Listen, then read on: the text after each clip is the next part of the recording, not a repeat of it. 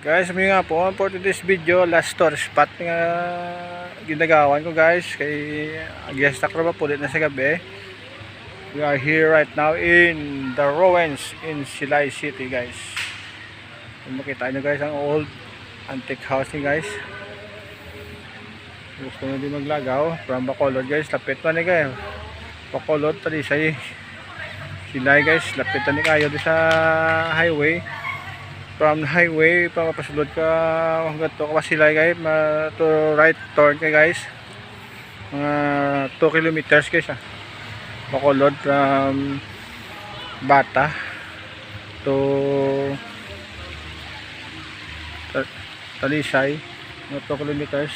Kung makita nyo subong yan ni Don Mariano Ledesma ni guys, Lacson ang panag-iyan isang balay important nga nakasulat nga lang nila guys, guys Don Mariano Lacson.